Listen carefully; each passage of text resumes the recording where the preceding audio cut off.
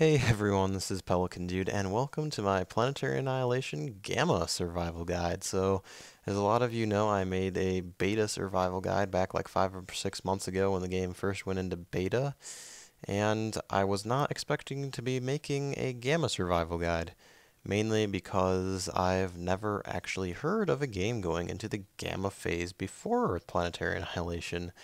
But since we're in Gamma, and since I feel like the nature of the game has changed enough to justify a new survival guide series video, here we are. And by the way, I am planning on making a full release survival guide once the game actually does come out. And as a quick note, before we jump right in, survival guide series videos are meant more to give a guide to the core of the gameplay, core pieces of advice, not specific strategies or tips, but just the core gameplay of Planetary Annihilation and how to more or less survive. This is meant more for newer players than experienced vets. So here, let's start out with what's generally staying the same throughout the game. So here's a thing that's likely to stay the same throughout the entire life cycle of the game, which is to expand. Don't do this. Right here, this is what happens when you sit behind your stupid walls and just sit there. Your enemy will grab all the metal spots on the planet and make so many bombers, artillery, and nukes that no amount of walls and turrets are going to keep you safe. And don't worry about heavily defending every single metal extractor that you put on your planet. Who cares if you lose a couple? The things are cheap and easy to spam. Now, similar to expansion, spread your base out. Don't scatter things too far because the travel times will catch up with you and bite you in the butt, so to speak. But you should spread your structures in such a way that one nuke in the right place is not going to doom you. So keep a cluster of factories in one place, another cluster over there, with economic stuff spread out pretty well too. And after all that being said about expansion, though, there are certain cases where playing defensive does work great. Now, turtling and just getting a whole huge walled fortress, that's not going to work out for you very well. But if you hold down a couple areas or find some major intersections or thoroughfares to build turrets at, then you can wall off, so to speak, a huge section of the planet by not really walling off a huge section of the planet, but just effectively cutting off the enemy, at least from traveling that way by land. And since there's not really a very effective air transport, only one unit at a time, and not really any naval transports, you don't have to worry about the enemy coming over sea too much right now, unless they're bombarding you with their ships, but that's a different story. And also on the defensive subject, you guys know I hate walls, but I feel that it's my obligation to tell you that walls are really good considering the fact that I am making this guide. So, if you look at how effective a double laser tower is, it's pretty good. But when you build walls around it, you're effectively quadrupling the effectiveness of that unit.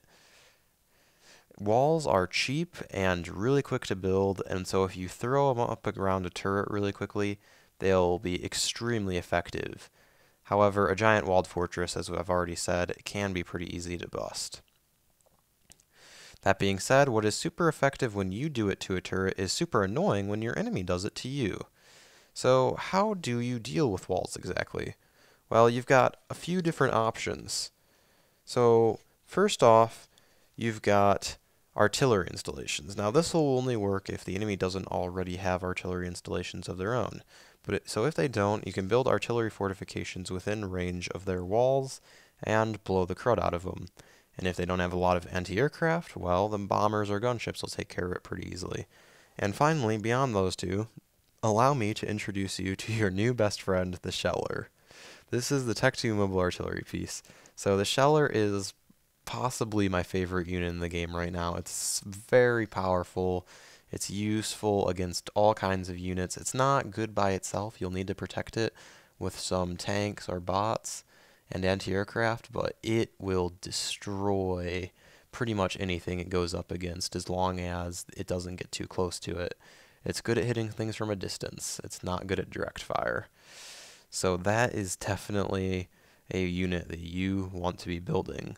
Now also for the economic side of things, don't be afraid to stall on your economy.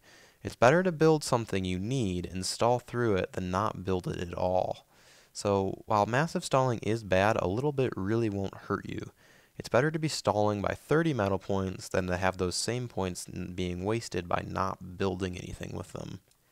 Also on the list of things you need to be aware of, guys, is choosing a start location. So when you choose a start location, don't just look at the metal deposits that are right inside of that little starting circle. Look around the area. If you see a starting location that has 7 or 8 metal deposits inside the starting circle, but metal is scarce outside of it, it might not be as good of a choice as one that only has 3 or 4 metal deposits in the start circle, but has lots of concentrations around it.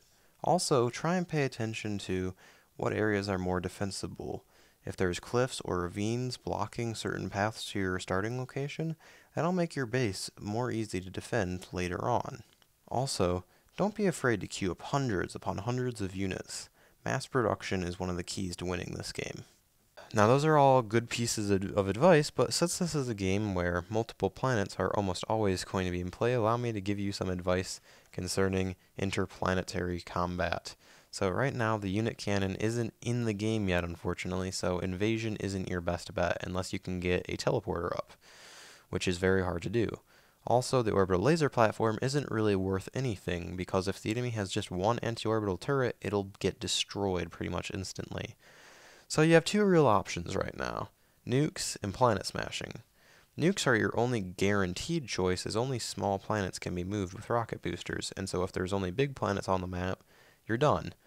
But here's the real difference between nukes and planet smashing. Nukes are cheaper and easier to stop.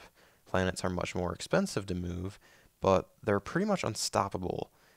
If you see one coming, you just have to run or get killed. Now, nukes are going to be more viable most of the time, but as for looks, planets are definitely the way to go. Plus, it's the name of the game. So with that, thanks for watching, guys. I hope you all have a nice day. Please leave a like if you liked it, and I hope that you'll stick around for more. Thanks for watching. Bye.